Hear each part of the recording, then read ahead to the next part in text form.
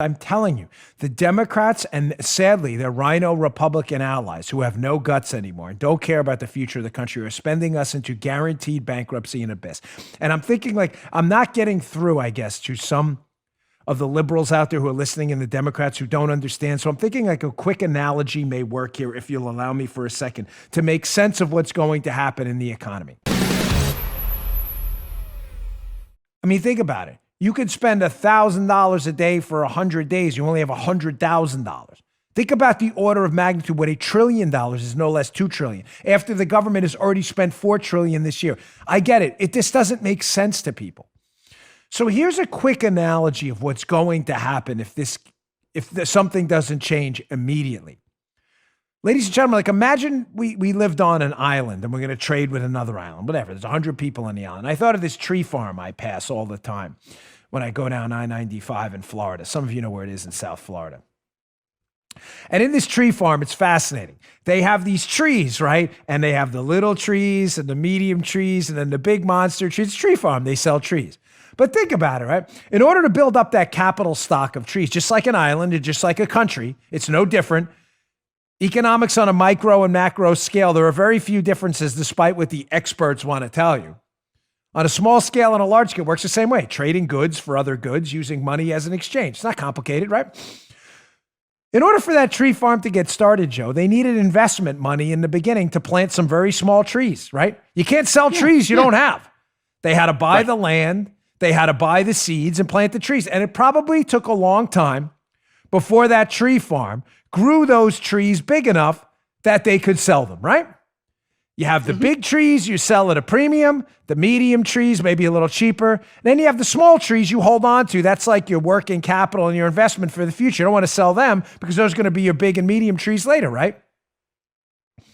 Well, the United States got so wealthy over time because we're so productive and our citizens are so hardworking, that we built so many of these trees. We had so many extra trees, we could afford to trade them with another island, the China island or the Japan island, for stuff they had extra of. Food, dog toys, cars, whatever it may be. Hey, we have these extra, we made so many trees, we're so productive and we work so hard in this tree farm, we're going to give you these trees in exchange for that. Well, what happened? We became so productive over time that our government started taking a lot of those trees and promising them to other people. Future generations and Social Security money we don't have, Medicare benefits we can't pay for, foreign countries that bought our debt. Sooner or later, they're going to want those trees. We promised those trees. We promised all of them. We now owe more money, over $22 trillion, than the entire value of what the entire country produces. What happens when they all come for those trees? The answer is obvious. You're going to have to start from scratch. You're not going to have any extra money because you're going to have no trees to sell. You're going to have to work your butt off watering those trees for years until those trees go back and you can sell them again and trade them. What I'm telling you is there will be an economic reckoning here that Nancy Pelosi's lying to you about, and Democrats and unprincipled, economically illiterate Republicans who play along are refusing to tell you, and the hacks in the mainstream media are ignoring.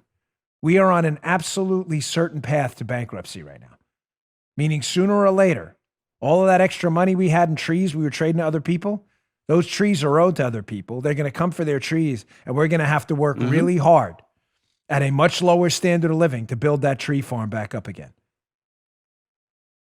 There's a way to fix this now. I'll leave you with some optimism at the end of the show so you don't think it's, like I said, the false choice. There's an actual choice here. We're just not taking it. But something has to be done now.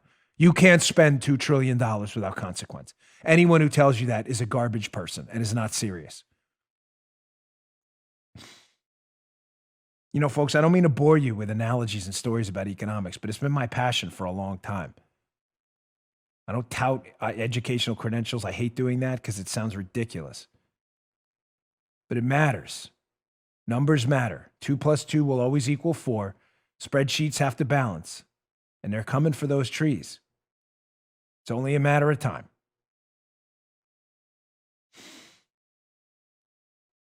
I just thought of one thing. Some of you might be saying, well, we get the biggest military in the world. What if we just don't give them the trees?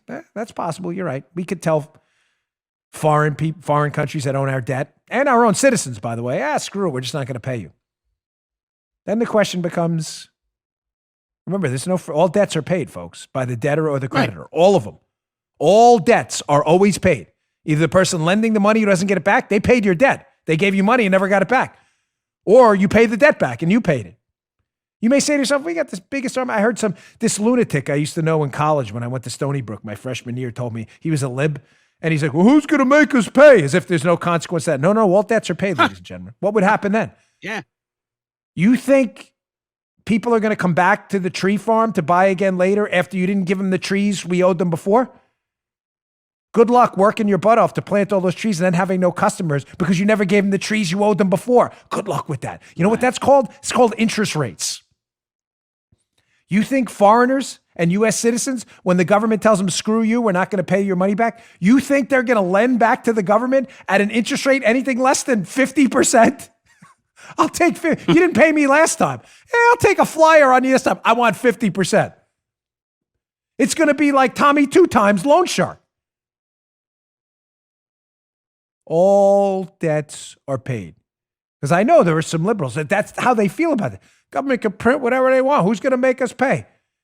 Those are garbage people. Garbage people. Because they're so stupid, they haven't thought through the and then what? We just won't pay them.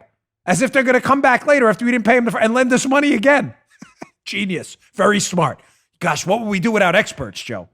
Especially economists. They're so smart. We're all stupid. You just heard the Dan Bongino Show.